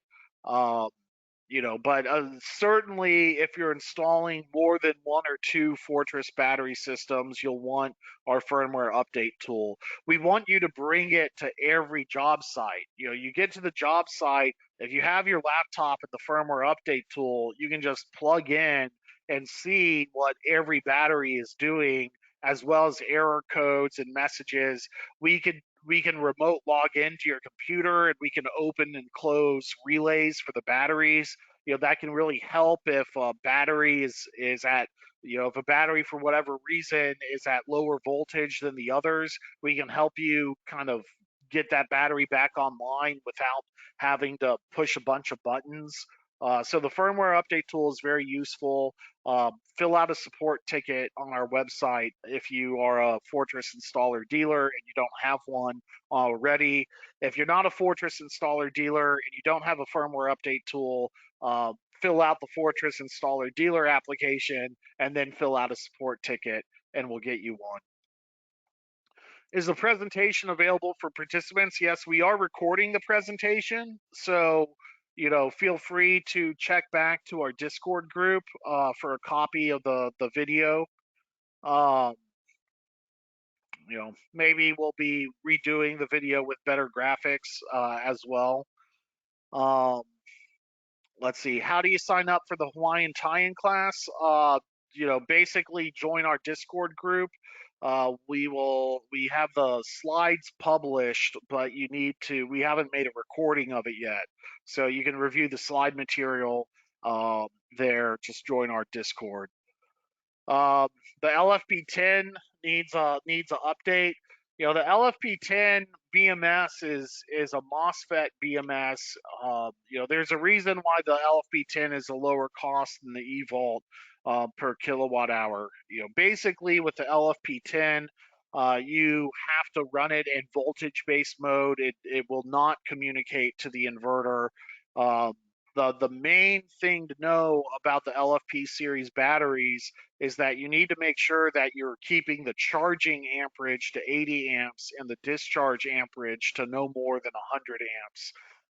That's the absolute limit for the battery.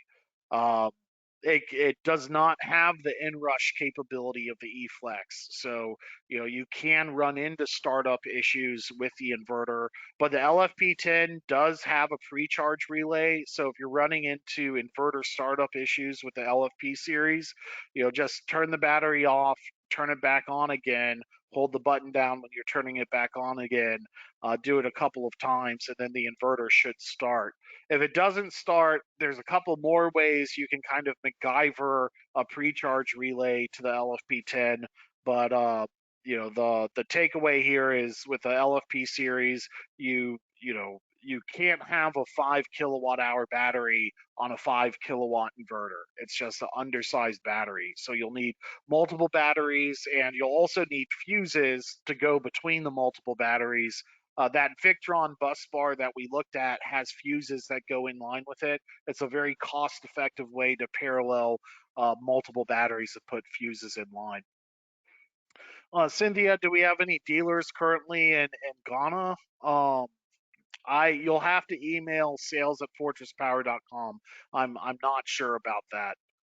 Um, what is the firmware update tool? Is it a flash drive? Uh, basically the firmware update tool. Uh,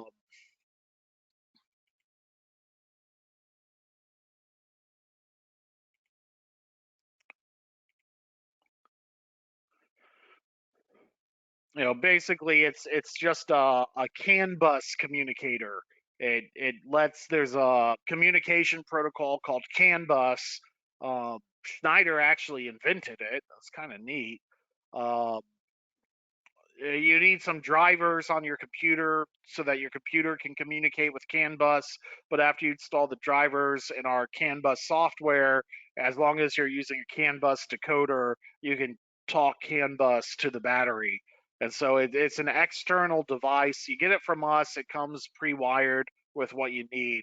Uh, right now we're out of stock on them, but we're getting new stock in very soon. So go ahead and fill out a support ticket if you're an installer dealer, and we'll get one in the mail to you.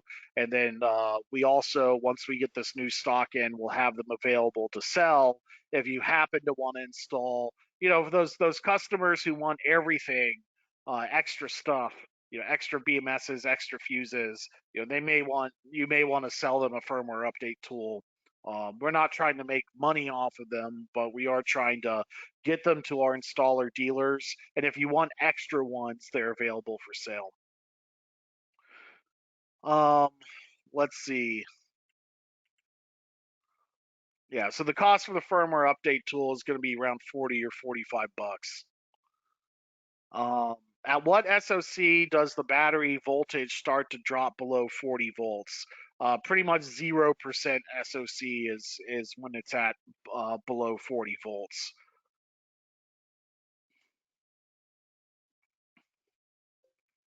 All right, so how do we measure the cycles? Well, your firmware update tool will reveal to you the cycle count. But basically, as an installer, I wouldn't worry too much about cycles, because you're even with a 6,000 cycle warranty, which is the Fortress warranty, you're not going to get to 6,000 cycles by the time you get to the end of the 10-year warranty. And so, again, with the 10-year warranty stuff, it's like, well, you know, I'm out of my warranty. My battery's made it to year 10. Am I working with a manufacturer that's still gonna like support my product, maybe sell me a BMS rather than provide one for free, or is my manufacturer just gonna say, well, you need to get a new battery?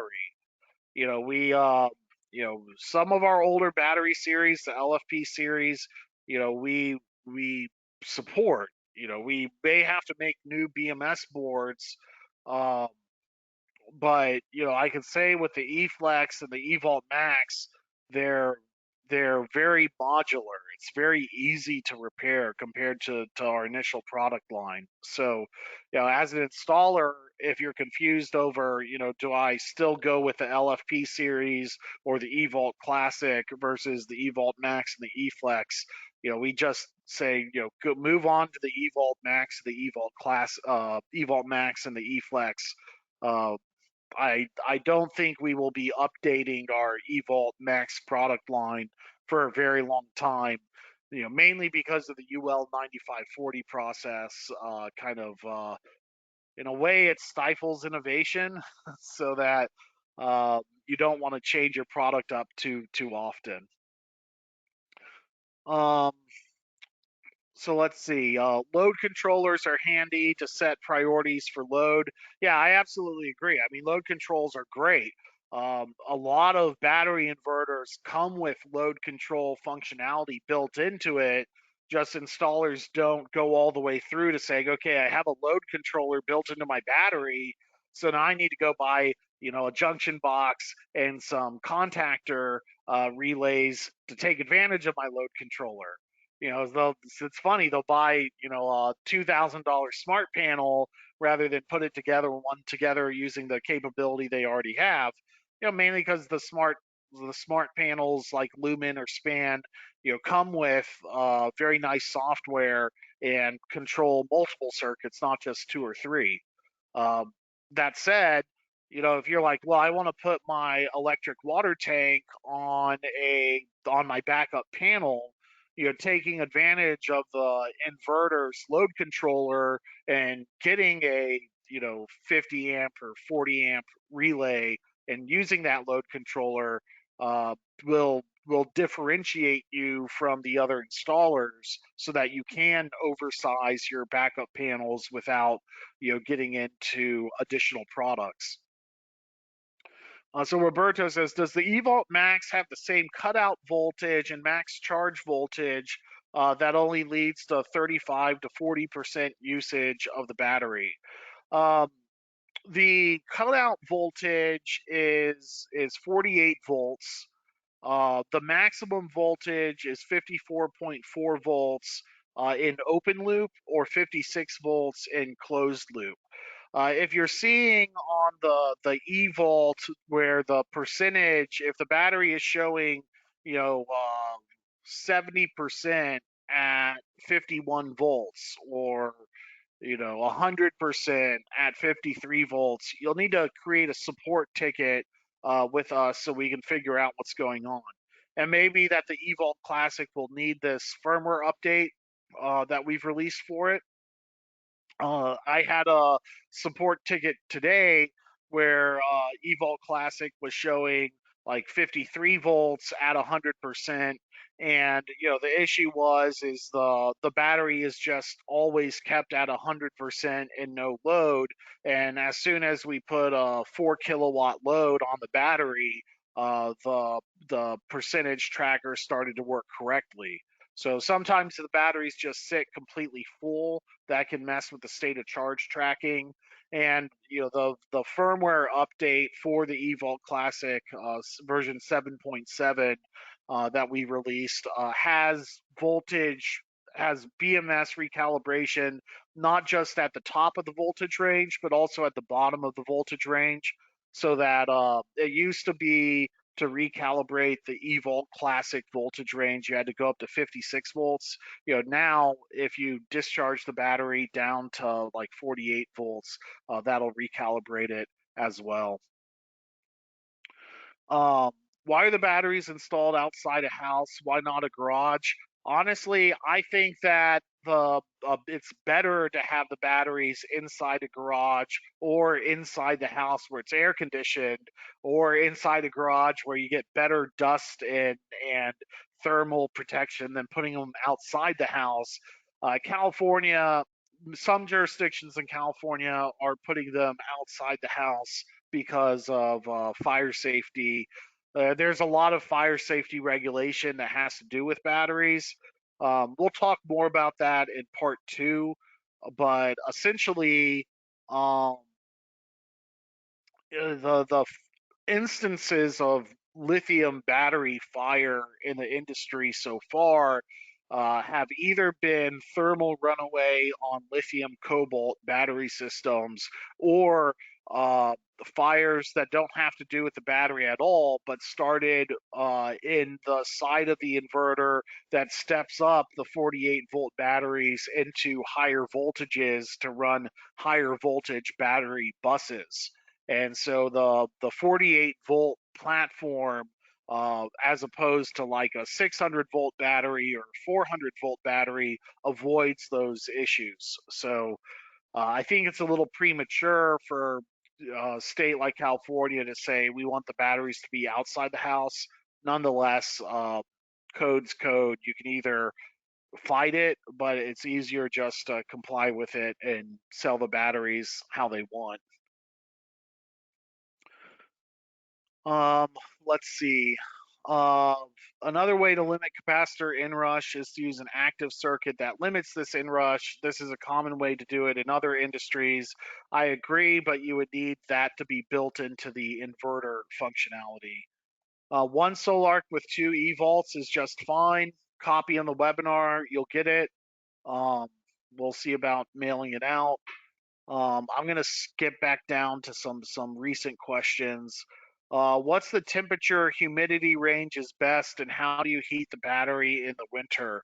The best temperature range is keeping the batteries above like 50 degrees Fahrenheit and below 90 degrees Fahrenheit. The operating temperature range is above freezing and like below 120 or so.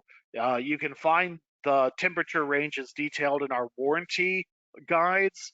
The most important aspect of temperature is to not use the battery when the battery internal temperature is below freezing.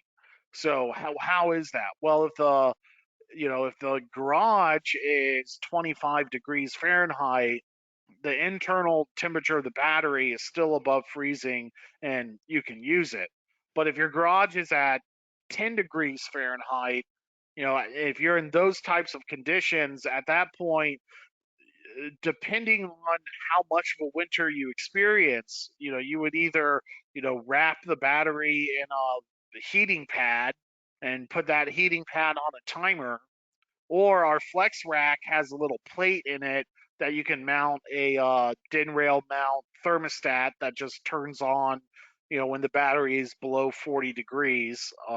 I can recommend one for you that Hammond makes.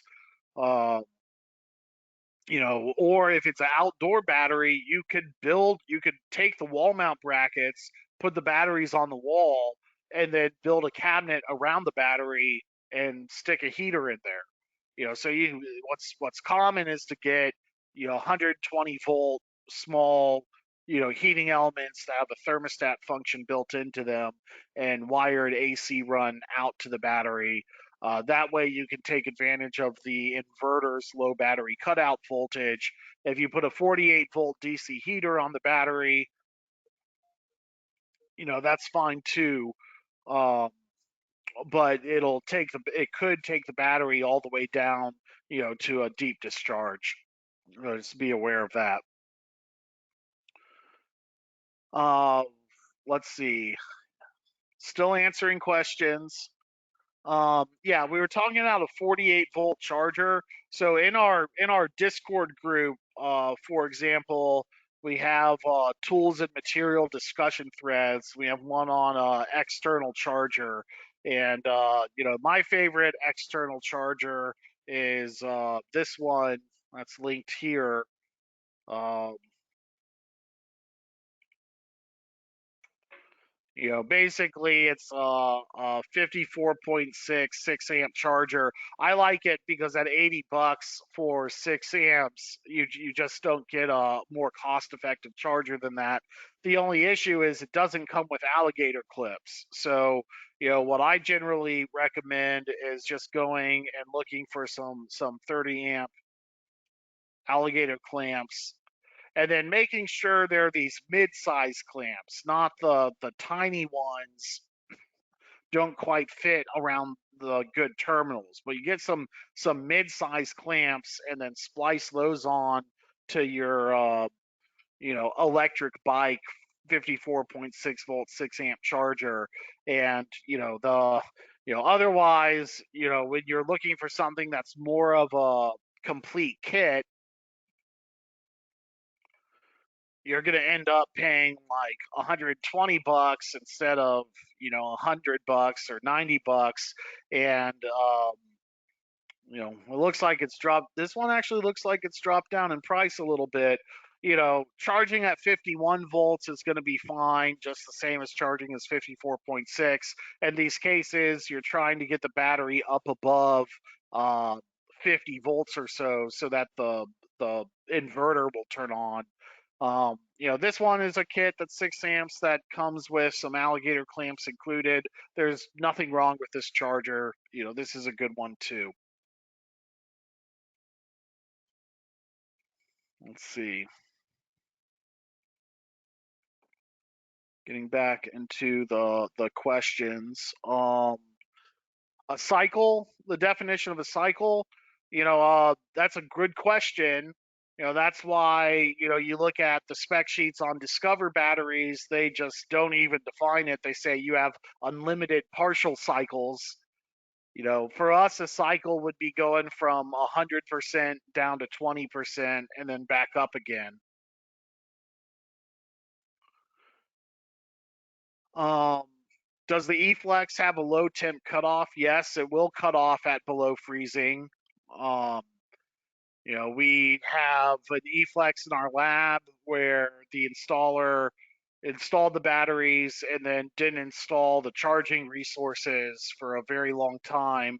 And then when they got to site, they found their E-Flexes were deeply discharged. One of them was down to 10 volts, and it was in 20-degree weather and an outdoor installation, and they started charging it up below freezing, and what do you know? That E-Flex has cell damage. So uh, don't even, if you're putting your batteries in a freezing cabin, like the proverbial fishing cabin and on the Great Lakes in the winter, and you go to your fishing cabin and the inside of the house is below freezing. Run your home off a generator for a day. Get the ambient temperature up above freezing for a day, and then start using your battery. Does the generator interlock isolate the main panel bus from the grid input? The answer is yes. That's the point on that. Barton, how do you protect against EMP? We don't really buy into the EMP hardening stuff. In the end times, if your battery is on site and you need to access the power in it, you could take some jumper cables and connect them from the bus bar inside the BMS to the bus bar on the top of the BMS, basically bypass the BMS from the system and run your batteries in old school voltage survivalist mode. If the customer wants EMP hardened protection, one thing we have been working on and will soon be launching is, you can see how when you go to our main products page, and then you go and you look and you see our uh, firmware update tool has a price on it. Um, right now it says inquire now. That's about to change to a buy now option for our dealers and installers. So soon, dealers and installers will be able to buy extra fuses, extra BMSs, extra tools to just fold into their project. And so, just very pragmatically, kind of the solution to a customer who wants to protection against EMP hardening is just to sell them an extra BMS board that they can keep inside their safe. That's a more pragmatic solution to be EMP hardening than toroid rings or other solutions that might not work. Okay, so Beach said, you said the E-Flex could be mounted upside down, right side up, or left facing. I have two facing left and two facing right on the wall. Am I in trouble? When the E-Flex batteries are right facing, so that the terminals are at the bottom of the battery, the cells are upside down, and while the cells are well bolted in there, we don't want the cells to be upside down. with the eFlex cabinet. So if you can rotate those batteries to be differently oriented, you should. So not a immediate threat where you have to run out to site and fix it, but it is something we want you to fix. If you check the eFlex manual, it'll show the battery in that orientation with a big X. Uh, so just look out for that. What temperature humidity range is best? Okay, so we already did those. Um,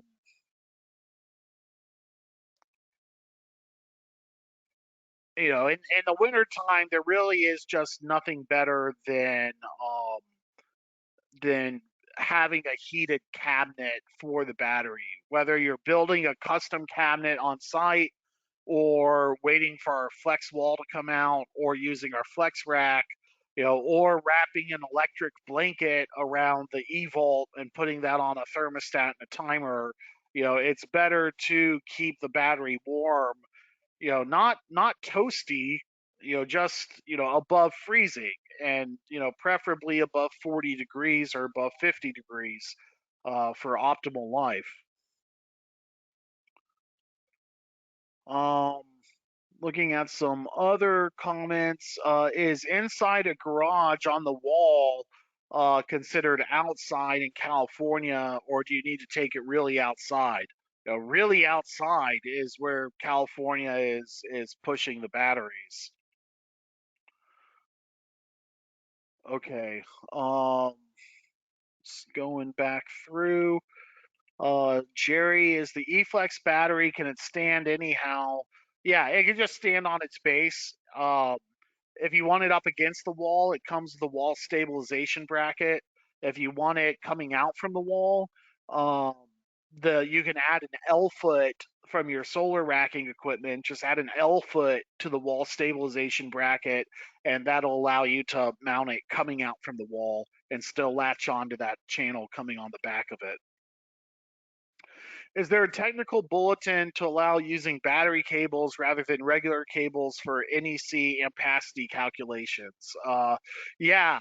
Uh, Basically, do we have that out on the Flex Rack? So if you look at the Flex Rack technical notes, uh, we talk about using this 100 amp bus bar, and what we're referencing is table 400.5 of NEC.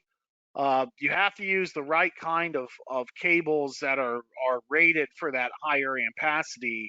But NEC does have a flexible cable section for using higher ampacity cables that we've referenced in this FlexRack technical note. And that'll be discussed more thoroughly in part 2. Question for now or later: will the eVault function with a Solarc should the BMS fail, or can be operated without a BMS post EMP? Basically, you could bypass the BMS with jumper cables if you have to, but the better solution would be to start selling your customers an extra BMS and then buy an extra BMS directly from us. We probably will not distribute the BMS boards for sale. You'll probably always have to buy them directly from us, and uh, that's where being part of that installer dealer network is going to be useful. And there's no minimum purchases to fill out the dealer network. You just want to do that because we're still developing our installer rewards and our installer referral programs, but it's all going to feed from that dealer network. So if you've just been buying your batteries through the distribution channels and you haven't filled out that dealer form because you're like, I'm never gonna sell the batteries as a distributor, I'm just gonna be an installer, still fill out the dealer form. It's for both distributors and installers. BMS 10-year warranty too.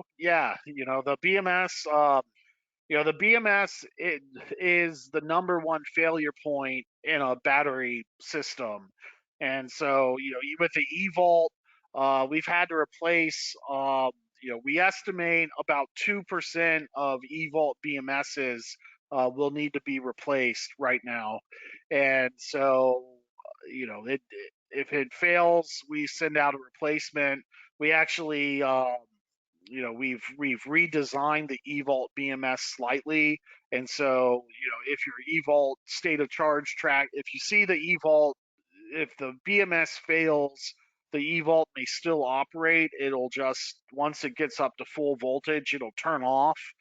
What you do is just program the eVault to charge up to 53.5 volts instead of 54.4 or 56 in closed loop, and fill out a support ticket. We'll get you a new one. Can you mix the eVault Max with the Fortress 10 kW? You can't, Roberto. The better way to do that is to like, if you had an eVault Max and you have an LFP10, what I would do in that situation is, whatever your current setup is, put the eVault Max on that, and then with the LFP10, get a smaller, cheaper battery inverter, like a 2 kilowatt battery inverter, a 3 kilowatt battery inverter, and have the LFP10 back up a dedicated load, like a refrigerator or a mini split or something like that. So basically run two systems on site rather than just one. That way you can have an eVault Max and an LFP10 on the same site, but instead of being combined together, it's a split apart system. Um, and if you want some more insight on that, join our Discord. It's a great way to get some design help. Jose, what's the difference between open loop and closed loop? Closed loop is when you are communicating directly to the inverter. Open loop is when you're just running in voltage-based control. So it's a little bit of an industry slang. Closed loop, direct inverter communication. Open loop is voltage-based controls. Mark has asked, what is the cable size range for the batteries? The E-Flex, it depends on if you're using the NEC 400.5, or I think the table in 315 for traditional stranded capacity sizing. Um, with E-Flex, with flexible cable, the minimum cable size out of the E-Flex is number 4. With regular stranded, it's number 1. For the E-Volt, same thing. With flexible cable, you can get away with 1/0. For stranded cable, you may need as much as 4/0. Now that's with the extra 25% added in, and you may be able to argue to the inspector that you don't need the extra 25%, or that you're sizing the cables based on the inverter capacity rather than the battery capacity. So you do have a little bit of wiggle room, but by and large, your inverter cable is going to be regular stranded, and for 8 or 9 kW inverters, you're going to be up to 4/0. For the cable run to the battery, you often will do that in flexible battery cables, and I would check out table 400.5 of NEC, because that does suggest some expanded flexibility in cable sizing for that. So Jose, which is more cost effective, 3 E-Flex or 1 eVault Max? Uh, Price wise, 3 E-Flex and 1 eVault Max will come out to be about the same. Um, I think 3 E-Flex will actually be a little bit cheaper than 1 eVault Max.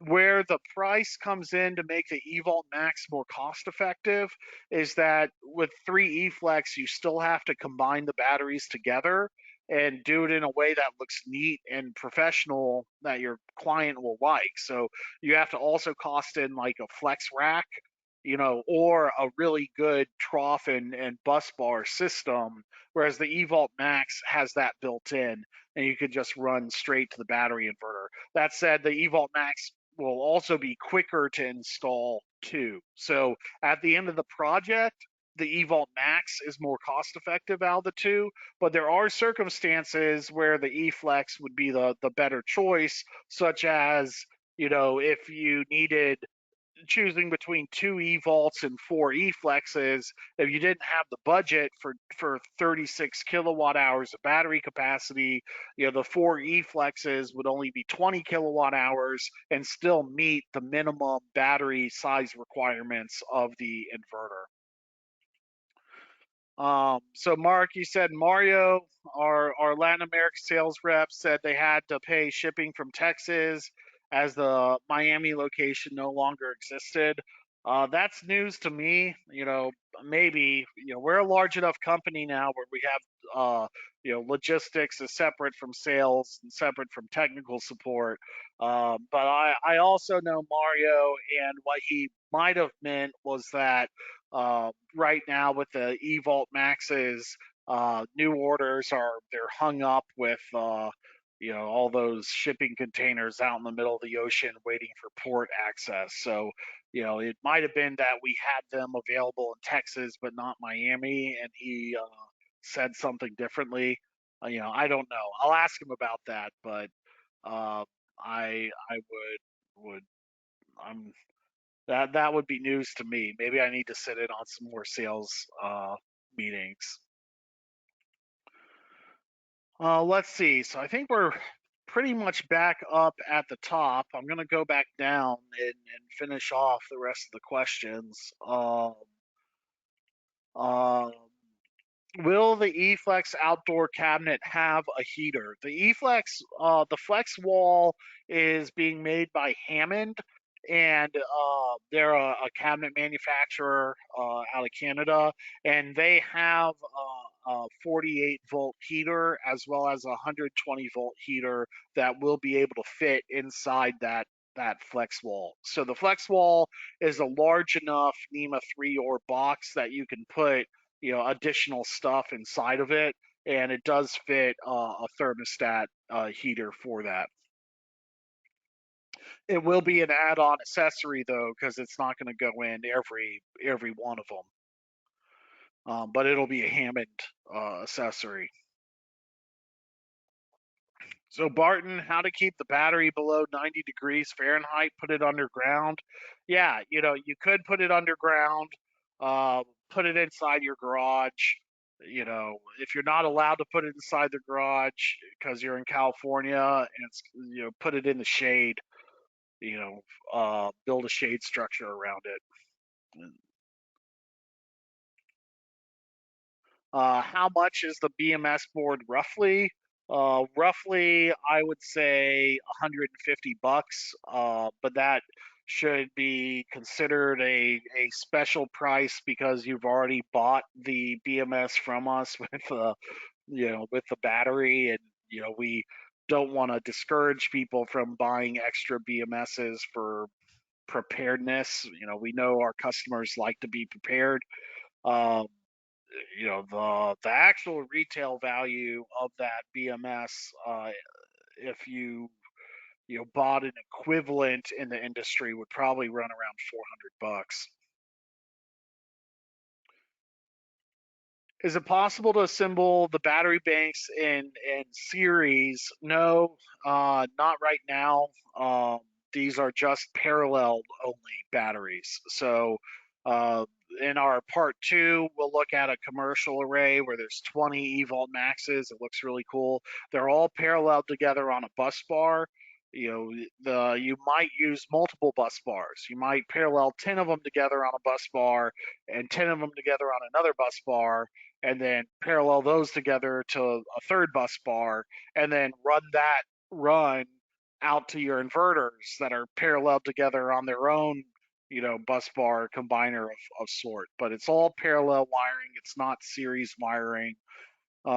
If you wanted a higher voltage battery, well, unfortunately, SPI New Orleans was canceled, so we don't have any product announcements to make. So I would just suggest staying tuned.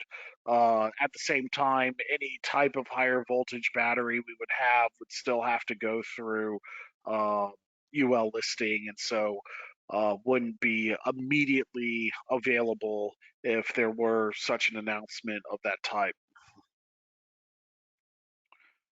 Where is the outside garage requirements coming from? worked for a large CA installer, placing them in the garage all the time. I would say it's coming from your most stringent AHJs in California. Uh, I I would like to say San Diego Gas and Electric, and trying to think of one in LA for some reason.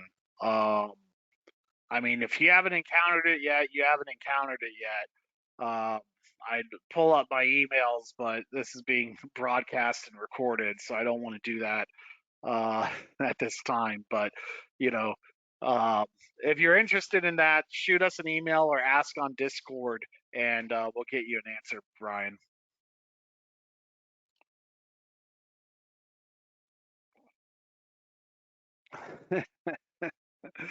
Does the AHJ stand for certain words that end with jerk? Maybe. I think the real surprising thing about AHJs is that normally there's a phase in on things like UL 9540, um, and now they're almost like requiring these listings as soon as the listings come out. They're not even well defined. So um, we're a pretty big company, so we can roll with it and get our products certified, and to some extent it constrains the products that you can actually use. um, I'm just my experience with AHJs is, when they're not familiar with the products or technology, that they really let you do what you want, as long as it abides by NEC fundamental principles, and you're knowledgeable enough, and your workmanship is good enough where you can talk with AHJ and explain what you're doing.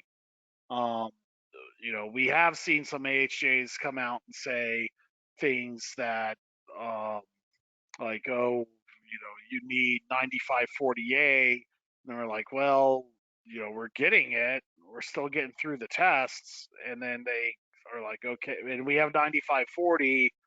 I haven't had anyone come down hard and say we absolutely need 9540A yet, but we know it's coming.